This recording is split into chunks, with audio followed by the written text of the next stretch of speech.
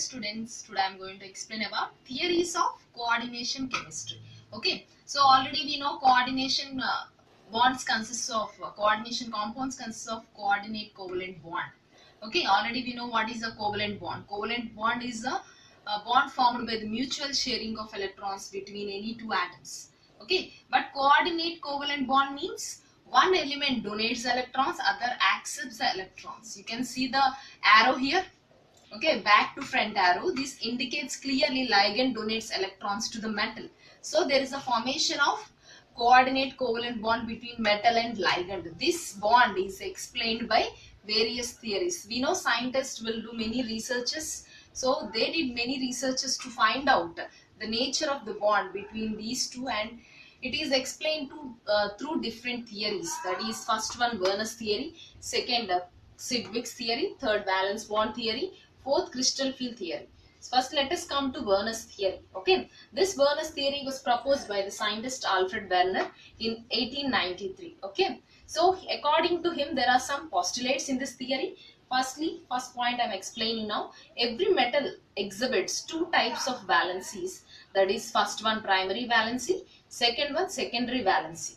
Okay, what is meant by primary valency? Okay, primary valency represents the oxidation number of the metal. I think you know what is oxidation state. Okay, the charge exhibited by the any metal when participate in the bonding. Now you can see Ag, Cl. Ag is forming bond with Cl. Okay, when forming bond with Cl, it may lose electrons, some elements lose electrons, some elements gain electrons. While losing electrons, it gets positive charge. While gaining electrons, it gets negative charge. So Ag gets positive charge, Cl gets negative charge. So now, primary valency of Ag is 1. Okay, here if I take CuSO4, CuSO4, Cu plus 2 and SO4 minus 2. I am showing only for metals first. Okay, for Cu plus 2 it is a valency 2, that is a primary valency is 2, and it is ionizable in nature. Primary valency is ionizable in nature. Why it is ionizable in nature? Whenever you are adding to water, many salts gets dissociated in the water. They dissociates into different ions. Okay, that is called ionizability. Okay, and again primary valence is represented with dotted line. Okay, you can see this structure here. Whatever dotted lines are present in case of Cl, they comes under primary valency. Okay, now coming to secondary valency. Secondary valency is it represents mainly coordination number. I think you know what is the coordination number. So before going to coordination number, you must know what is a coordination sphere, what is ionization sphere. So inside square brackets, what are present, they comes under coordination sphere. Outside what are present, they comes under ionization sphere now. So inside this coordination sphere, to metal, how many ligands are bonded? That is called coordination number. So now the secondary valency represents the coordination number. So coordination number of cobalt is 6. Okay, oxidation number, that is primary valency, is 3. Okay, primary valency is 3 because 3 Cl atoms are present, and secondary valency is 6 because 6 NH3 groups are present, and it represented with a solid line of thick line. You can see the structure, cobalt ammonium complex, where you can observe clearly all red thick lines. They are the representation of secondary valency. And you can say one more point, that secondary valency is non-ionizable in nature. So whenever you are adding to water, it dissociates up to square bracket. What is present inside this coordination sphere, they never dissociates in the water. Okay, so we can say that this secondary valency is non-ionizable in nature. Okay, this is about primary valency and secondary valency. So next, coming to the continuation of Werner's theory. Already we learned primary valency and secondary valency terms. So now every metal tries to satisfy its primary and secondary valencies. Then only it will get the stability. So in order to satisfy the primary and secondary valencies, sometimes negative ligand may also satisfy its primary valency. So that means what? Sometimes whatever ions present in the ionization sphere, they can come inside and they can satisfy the secondary valency. So here I can give you the example now. COCl3.5NH3. Here we are having CO, NH3 5 times and Cl. So cobalt oxidation number is 6, that is fixed in this complex. So in order to satisfy, one Cl from outside is coming inside. Already We learned one more complex before, that is CuNH3 6.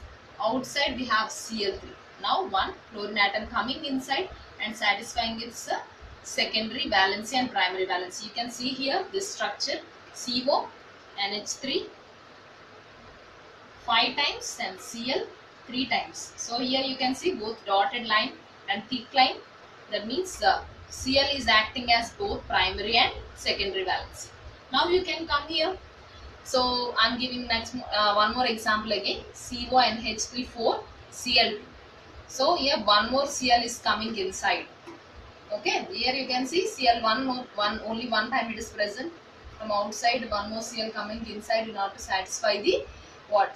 Primary valence and secondary valence. You can see two Cl atoms represented with a dotted and thick line. That means it acts as both primary and secondary valency. Now coming to third one, here CONH3 thrice Cl3. So completely all Cl atoms came inside and satisfying the both primary and secondary valency. Hence CO coordination number is becoming 6, equal to 6 in all the examples. Okay, next coming to next postulates. That is nothing but Werner also suggested structures basing on the coordination number. If coordination number is 6, then we can say it as a octahedral shape. This is octahedral shape. Okay.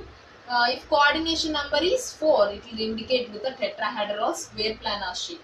So tetrahedral is equal to ammonia shape. Square planar can be observed in many platinum complexes. So these are the main postulates of Werner's theory. In order to prove this theory, scientists also did experimental procedures. So they did experimental procedures and they gave evidence for this theory. Okay. So I am telling that there is a presence of both primary and secondary valency. So now we can see this example, CONH3 6 times and Cl 3 times outside the bracket.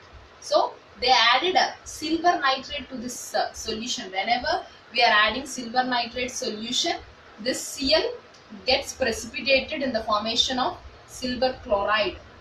Okay, remaining part dissociates into ions. Can you see?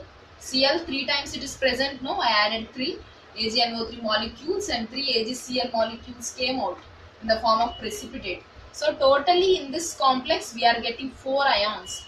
CONH3 6 3 plus and Cl 3 times it is present. So 4 ions are present in this complex. So next second time I added 2 AgNO3 to this complex. So already we know that outside the bracket there are 2 Cl atoms. So if I add 2 AgNO3 molecules, 2 AgCl molecules gets precipitated. Okay, and the remaining part dissociates into ions. Totally in this molecule you can observe 3 ions, 3 chlorine atoms, 1 complex ion, cation of complex. Next second last case you can observe this complex, CONH3 4 times Cl2, outside 1 Cl atom is present. So I added only 1 AgNO3 molecule, I got only 1 AgCl gets precipitated. So here you can observe 2 ions formation, CONH3 4 times Cl2, 1 Cl2, this is 1 ion and Cl minus is 1 more ion in this.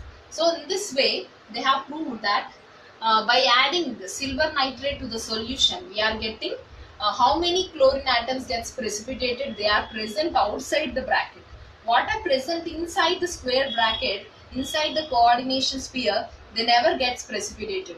Based on this they are telling how many primary valencies is present, how many secondary valencies are present inside the particular complex.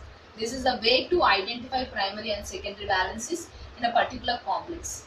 Okay, now you can see this last complex, CONH3 thrice Cl3. Inside all Cl atoms are present. If I add any AgCl also, they won't give any ions. Only 1 ion is present. So there are no ions formation in this. So they did this experimental and procedure and they tested molar conductivity. Molar conductivity means based on the ions they'll give the conductivity, conductance power. Okay, how many ions are present? That complex maximum ions are present means that complex will give the maximum molar conductivity. So you can see 4 ions are present. So this particular complex is giving the maximum molar conductivity when compared to the remaining complexes. So this is the experimental evidence of Werner's theory.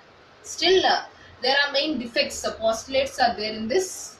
There are main defects are present in this theory. So next, coming to the limitations of Werner's theory. Okay, this theory fails to explain some properties of metallic complexes and some other properties like a magnetic property, color property, and optical properties are not explained by this theory. So magnetic property clearly indicates the para and diamagnetic, and color properties and optical properties are related to why some metals are colored in nature and why some metals pass light through them. That is not clearly explained by this Werner's theory.